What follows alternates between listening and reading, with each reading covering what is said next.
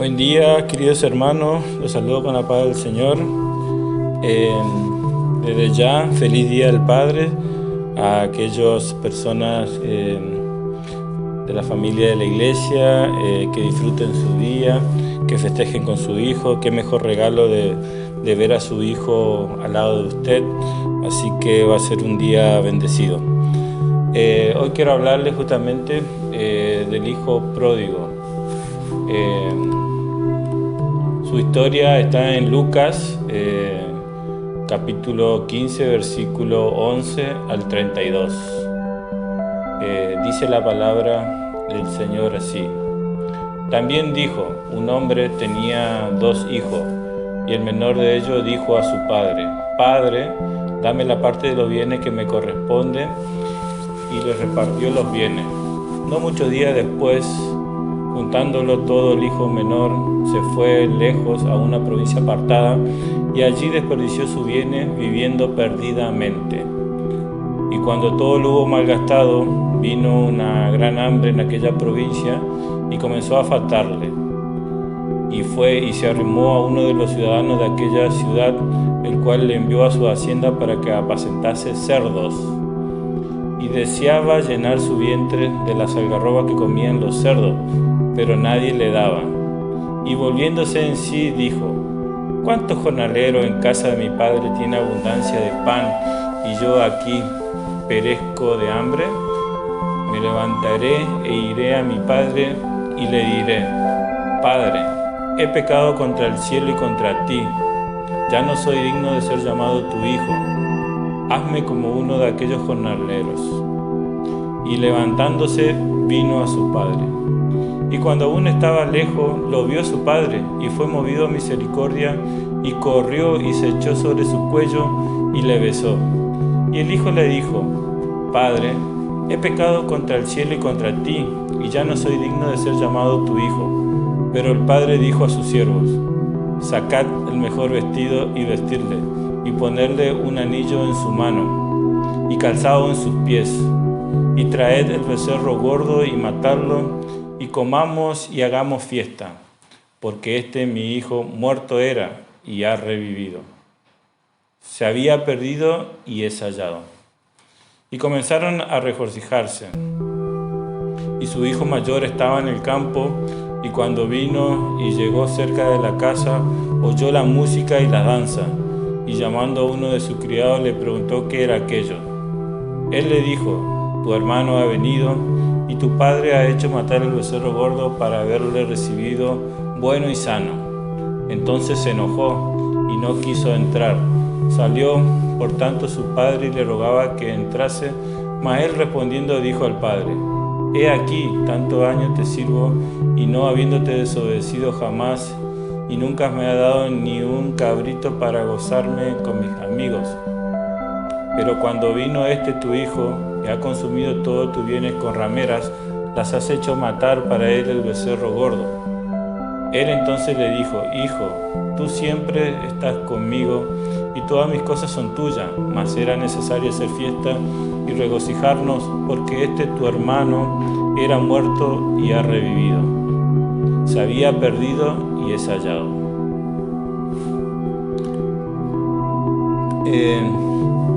Acá tenemos una historia muy conocida para la mayoría de los creyentes, que habla del amor de un padre hacia un hijo. Bueno, aquí habla de 2 hijos, para compararlo, uno que se había ido de su casa, se había perdido, y uno que se encontraba con su padre. Sin embargo, la enseñanza que nos deja esta historia es el amor del Padre incondicional, que a pesar de que su hijo le había fallado, principalmente porque un día decidió irse de su casa solicitando los bienes de su herencia. Entonces decidió, un día se cansó de estar con su padre, tal vez porque no le gustaba sus enseñanzas, tal vez porque se cansó de obedecer, tal vez pensó que retirándose de la casa de su padre iba a tener una vida mejor, iba a poder disfrutar de la vida, de los placeres, de las cosas mundanas. Pensó, habrá dicho en su corazón que es inútil servir a su padre, para qué iba a aprovechar sus enseñanzas, que pensó que los soberbios, que lo que hacen impiedad son prosperados, y que a pesar de tentar a Dios podían escapar. Tomó ejemplo de todas esas situaciones y decidió un día, con los bienes que le dio su padre, retirarse para poder lograr él pensaba que podía lograr una vida mejor, una vida más placentera. Sin embargo, al alejarse de la presencia de su casa, de su padre, él pudo experimentar tal vez al principio todos los placeres mundanales. No especifica la historia en qué se gastó el dinero, pero dijo que lo gastó todo y lo desperdició. Tal vez sí gastó en mujeres, en prostitutas, bueno, eso fue lo que le dijo su hermano, pero también pudo haber hecho una mala inversión, lo desperdició el dinero, no supo mantenerse y poder tener una vida independiente como él pensaba que podía lograrlo. Y vemos que llegó a una situación de bancarrota, de hambre, mucha hambre. Se nota porque deseó comer lo que comían los cerdos, que era su trabajo, cuidar cerdos. Deseaba comer la algarroba, se ve que tenía mucha hambre, tal vez no tenía dinero, no tenía para nada, no tenía ni un centavo. Pero lo bueno que entró en sí y dijo, se acordó de que su padre, los jornaleros, tenían pan, tenían un lugar donde dormir, un lugar de protección, y dijo, yo a pesar de haber fallado, iré a la casa de mi padre y estaré con él y le pediré perdón y que por lo menos que me trate como uno de sus siervos. Eso pensaba él porque en realidad pecó contra él, porque había desobedecido a su padre, que nunca lo había corrido, nunca lo echó. Sin embargo, él por voluntad propia, por no aceptar sus enseñanzas, sus leyes, sus instrucciones de la vida, de cómo trabajar, decidió retirarse de la casa de su padre. Pero vemos el amor de un padre. Principalmente me llama la atención de que el padre dice, lo vio a lo lejos,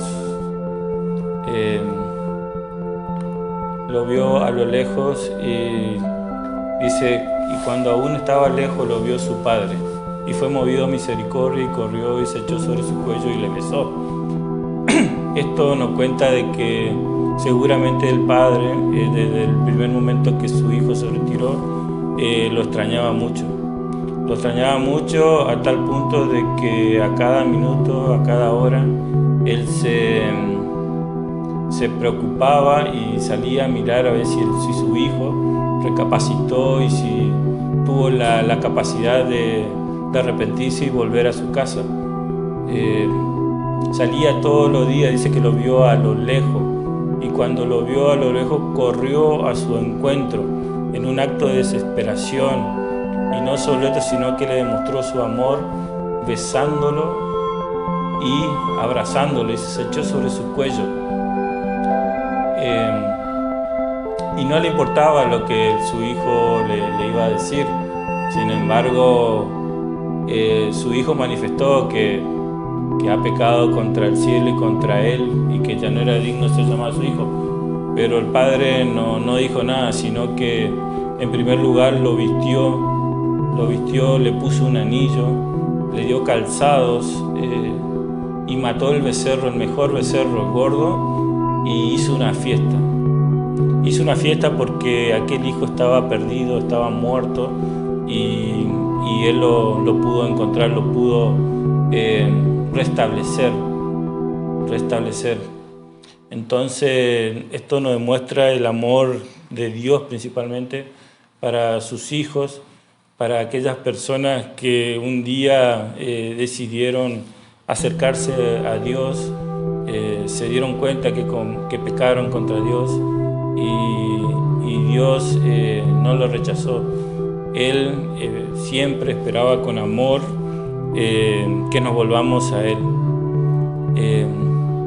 Muchas veces pensamos que lejos de nuestro Padre nos va a ir bien y Dios a veces prepara situaciones malas, por supuesto, para que nosotros recapacitemos y nos volvamos a Él, porque si Él es nuestro Padre y dice que nuestro Padre está en los cielos, como dice la oración, Padre nuestro que estás en los cielos, santificado sea tu nombre, y que tenemos que pedir el pan de cada día, que nos lo da Él, y que nos libre de las tentaciones, y que nos libre del mal. Es importante eso, que nos libre de las tentaciones y del mal, porque justamente es lo que le llevó a este hijo pródigo se sintió tentado, seguramente observó las tentaciones del mundo, los placeres, y decidió retirarse y queriendo una vida más placentera, pero después de que lo malgastó todo,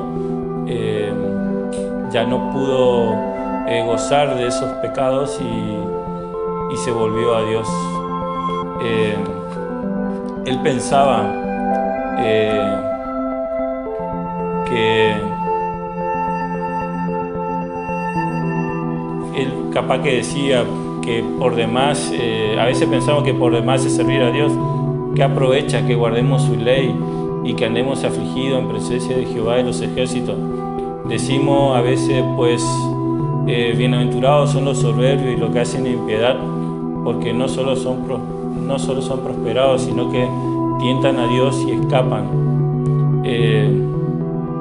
Y esto dice en Malaquías, se refiere a esas palabras, pero dice que entonces los que temían a Jehová hablaron cada uno a su compañero, y Jehová lo escuchó y oyó, y fue escrito el libro de memoria delante de él para los que temen a Jehová y los que piensan en su nombre. Y será para mí el especial tesoro, ha dicho Jehová de los ejércitos, en el día que yo actúe, y los perdonaré como el hombre que perdona a su hijo que le sirve. Entonces os volveréis y discerniréis la diferencia entre el justo y el malo, entre el que sirve a Dios y el que no sirve.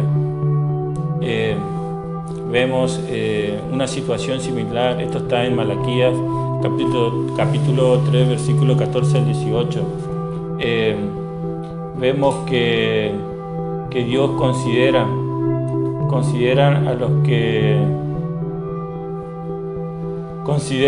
a los que piensan en su nombre, a los que temen a Jehová y a los que piensan en su nombre.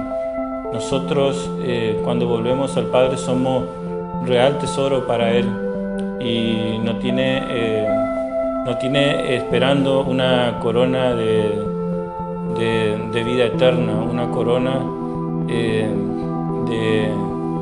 de bendición, una corona que Dios nos va a dar por haber sido un hijo obediente y por haber vencido al mundo y al pecado. Se escribió, dice el libro de memoria, para recuerdo que los que pensamos en Dios, los que le servimos a Él, somos un real tesoro. Por eso también, si nosotros somos hijos y tenemos por Padre a Dios, podemos considerar también que el Padre es como un pastor.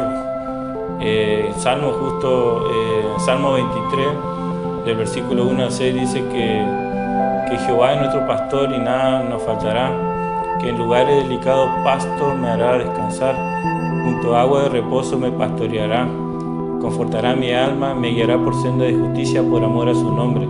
Aunque ande en valle de sombra de muerte, no temeré mal alguno, porque tú estarás conmigo. Tu vara y tu callado me infundirán aliento. Endereza mesa delante de mí en presencia de mis angustiadores. Unge mi cabeza con aceite, mi copa está rebosando. Ciertamente el bien y la misericordia me guiarán todos los días de mi vida, y en la casa de Jehová moraré por largos días. Vemos que si somos hijos de Dios, tenemos por Padre un Padre que es pastor y que nada nos va a hacer faltar y que siempre nos va a cuidar y nos va a guiar. Y aunque andemos en valle de sombra de muerte, no temeremos alguno, porque Él estará con nosotros. Siempre nos va a infundir aliento, fuerza, que nos va a prosperar en medio de nuestros angustiadores, de nuestros detractores. Siempre hay personas que quieren obstruir tu vida, quieren impedir el crecimiento espiritual. Eso representa justamente uno de los hermanos del pródigo. Está representando a la fuerza del mal, que siempre te están señalando como un pecador, te quieren señalar como que fallaste ante Dios. Pero ¿quién va a acusar a los hijos de Dios si Dios es Jesús y Dios es el que justifica? Dice que fueron anulados los decretos en contra que teníamos, fueron destruidas en la cruz, por la victoria de la cruz de nuestro Señor Jesucristo. Así que no tenemos acusadores. Muchas veces el enemigo utiliza seres queridos. En este caso era el hermano, que estaba hablando mal de su hermano en el ejemplo del hijo pródigo. Pero nadie va a acusar a los hijos de Dios. Así que no te preocupes si hay un ser querido, alguien que quiera ofenderte, que quiera acusarte ante Dios y ante los hombres, porque Dios es el que te perdonó y es el que te ama y es el que tu pecado lo echó al fondo del mar. Dice que fueron borrados directamente. Así que, hermanos, Padre tenemos un Padre que está en los cielos. Una vez me preguntaron, ¿y dónde está Dios? Y tenemos un Padre, dice, que está en los cielos, y Él tiene el control de todas las cosas. Y este Padre es el que decide un día traernos a este mundo. Dice que al que conoció predestinó, y al que predestinó llamó, y después escogió. Justificó y escogió. Pero la justificación depende de cada persona. O sea, cuando uno acepta a Jesús, su obra, su sacrificio, es justificado y es escogido. Pero desde que nos conoció, nos predestinó, nos llamó, es al mundo entero, a todas las personas que Él decidió traer a este mundo, y decidió traer con un don. Lo importante es que puedas descubrir tu don en ese sentido, y que puedas reconocer a Jesús para que sean justificados tus pecados. Sin embargo, en Dios tenemos un Padre. Tal vez tuviste un padre que no era un buen padre, en el sentido de que no te supo dar protección, no te cuidó, no te reconoció. Hay personas que ni siquiera saben que es un padre porque fueron abandonados, fueron criados por una madre soltera, tal vez el padre se separó con su madre, se tuvo que retirar del hogar. Nunca el padre estuvo presente para tu cumpleaños, para tu casamiento. Sin embargo, en Dios tenemos un Padre amoroso que está dispuesto a protegernos, como leí anteriormente, está dispuesto a proteger tu vida, a sanar tus heridas, y Él es tu protección, Él es tu Padre, Él es el que te va a dar amor, el que te cuida, el que te protege, el que quiere tu bien. Así que siempre tenemos un Padre en Dios, que Él es nuestro verdadero Padre. Si bien nuestro Padre biológico Dios utiliza y que son también Dios los favorece para que cuiden a sus hijos, siempre en Dios vamos a tener una protección sobrenatural. Este es el mensaje de la Escuela Dominical para todos, la familia de Dios. Somos una familia porque si todos tenemos un Padre que está en los cielos, somos una familia. O sea, todos los que están lejos, los que están cerca, venimos a ser una familia. Tenemos una familia en Dios, tenemos un Padre, un mismo Padre, y somos hermanos. Por haber sido hijos de Dios, somos hermanos, y qué bueno que podamos comprender esto. Desde ya, bendiciones para todos.